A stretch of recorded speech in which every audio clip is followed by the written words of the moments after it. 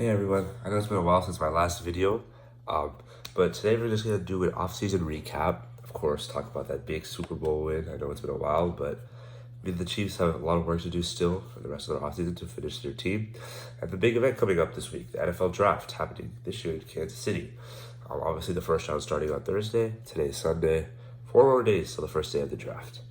And of course, the Chiefs hold the last pick in that first round, the 31st pick, because the Dolphins did forfeit their pick, of course. So just to dive right in, obviously some big signings so far. The Chiefs signed Jawan Taylor, probably to be their left tackle. Their left tackle is going to switch over from the right side after playing that for Jacksonville. It's a move that some people have criticized. It's a little bit expensive. I like the signing. A left tackle is never enough money. If he is actually going to play left tackle, if he's going to play right tackle and they do draft a left tackle high, trade out for one or something, I understand that too, but that is a little bit expensive for a right tackle. I will agree for that. I will agree to that. But he's a really good player. I think he can make the switch. Very athletic. I would give like an A- on that signing, maybe a B+, just for how much money it was. And then obviously Charles Omenihu, I think I'm saying that right, from the officer from San Francisco 49ers, as defensive end. I know they released Frank Clark. Obviously, they released Orlando Brown. Otherwise, they let Orlando Brown go out. Otherwise, we would be signing a left tackle. Really quick, go back to Orlando. The fact that he signed with the Bengals is really annoying because he knows how much the Chiefs do not like the Bengals. He basically went to the dark side. I guess the Chiefs didn't treat him well. Didn't treat him how he wanted to be treated. It happens. It's business. We've seen Travis Kelce react, say he really missed that guy. So we'll see what happens this season. And then going back to Charles, I'm just gonna call him Charles. He's gonna replace, I think, most of Frank Clark's production. Hoping for George Karlaftis to take a step.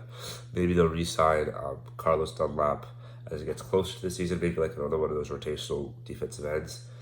So it should be. I think the defensive end room is fine as of right now. Signed Mike Edwards, Drew Tranquil. They needed a safety after letting Juan Thornhill walk. Linebacker, they didn't really have anyone as a third linebacker. So I like both of those moves. Very cheap options. Works out well for the Chiefs, especially like Mike Edwards and Drew Tranquil. They're big hitters, very dynamic players. So I like the additions to that defense. But the biggest question is probably who they did it at.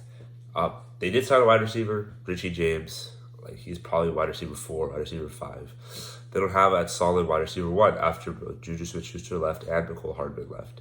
Obviously, Juju signing with the Patriots, Mecole signing with the Jets. So there's still that need for a wide receiver for the Chiefs, and that's where the big discussion is heading into this week of the draft. Are the Chiefs going to draft around a wide receiver, trade up for one maybe? All signs are pointing towards that. But there's still some time before the draft if the Chiefs do want to swing for a DeAndre Hopkins, because they've been linked to him this whole offseason. The Cardinals reporters seem to think the Chiefs are the biggest suitor.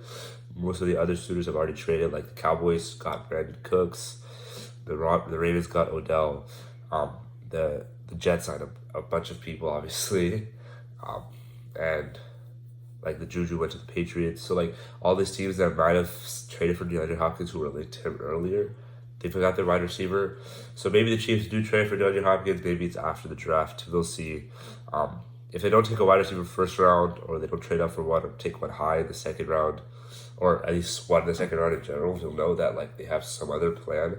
I really hope they're not going into the season just planning on having Travis Kelce take all snaps like he did this year.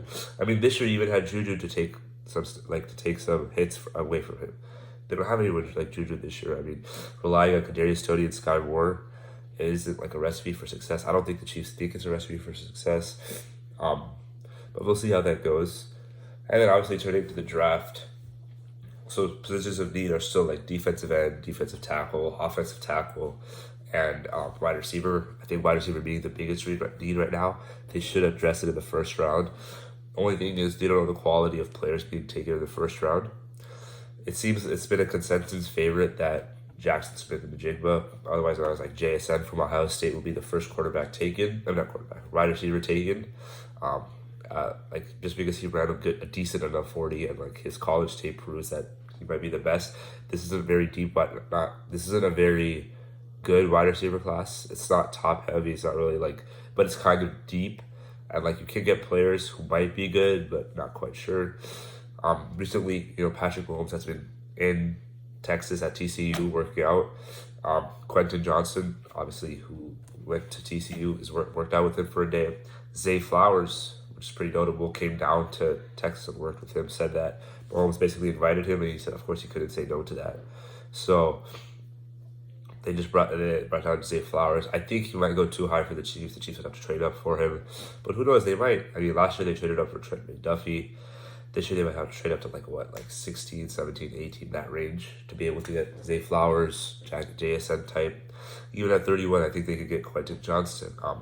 He has problems with his hands, but very good athlete, very good after the catch. Travis Kelce-esque with like how he turns. Like when you see Travis Kelce, he just knows the right way to spin to like get the most yards after catch. Like he counted to the ball facing like quarterback, and it spins one way, completely like shrugging off a defender.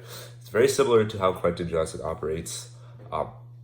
Hopefully that'll translate to league. That kind of skill usually translates into the league, and like I kind of feel for yards after catch that not many players have, which would be very useful in the Chiefs' offense. Other than that, like the Chiefs could be targeting someone like Jonathan Bingo, Jordan Addison, maybe some other players might be going in the first round. Jalen Hyatt. I don't really like the fit with Jalen Hyatt. Seems like another Nicole Hardman type, but we'll see how that goes. And then defensive end, I know like some they've been linked to like originally there was all that hype about Nolan Smith, and then he just destroyed the combine. He's gonna go probably way higher than the Chiefs could actually pick him. All the good edges will be gone.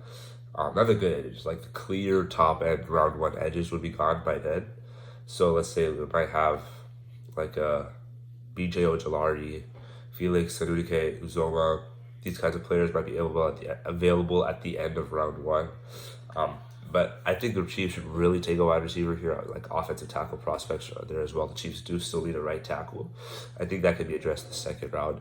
Defensive end is not as much of a need as it needs to be. It's not as much of a need that it needs to be forced in round one like it did last year with George Karlaftis. But it's still a necessity. The Chiefs don't have like another person who can eat up a lot of the snaps, especially if someone gets injured, which happens almost every year. So as of right now, the Chiefs is heading into the draft. Like I said, wide receiver, defensive end, defensive tackle, offensive tackle, maybe like a backup tight end.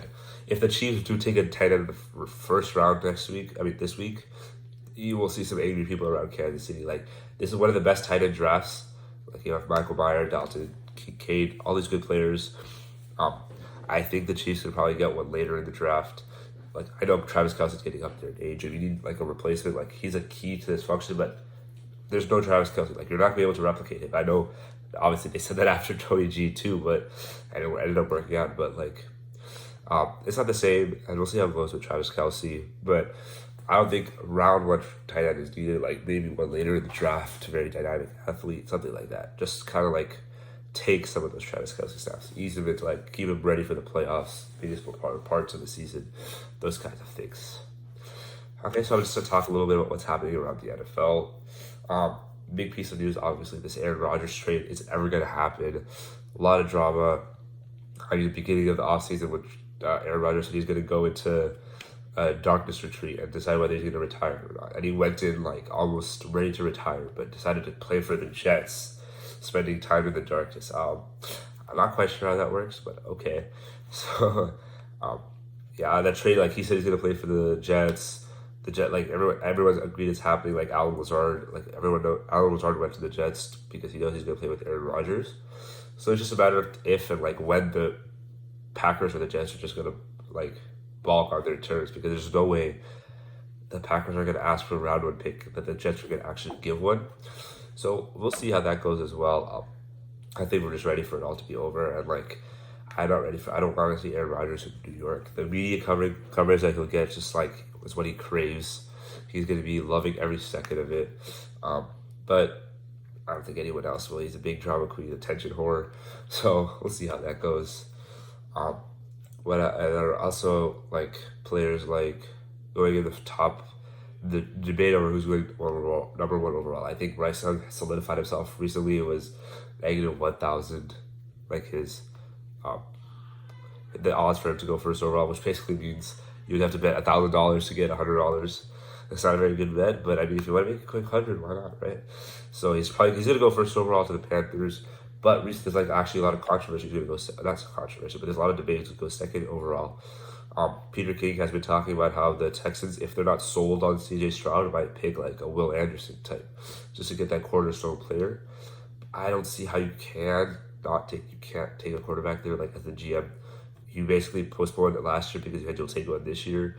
There's no way you'll be able to postpone it again, and you really don't want to be picking this high again next year. So they should take a quarterback, and it should be CJ Stroud. Okay, that's all I have for today, folks. We'll talk about it again after the Chiefs have finished the draft and they're all new rookies. Thank you.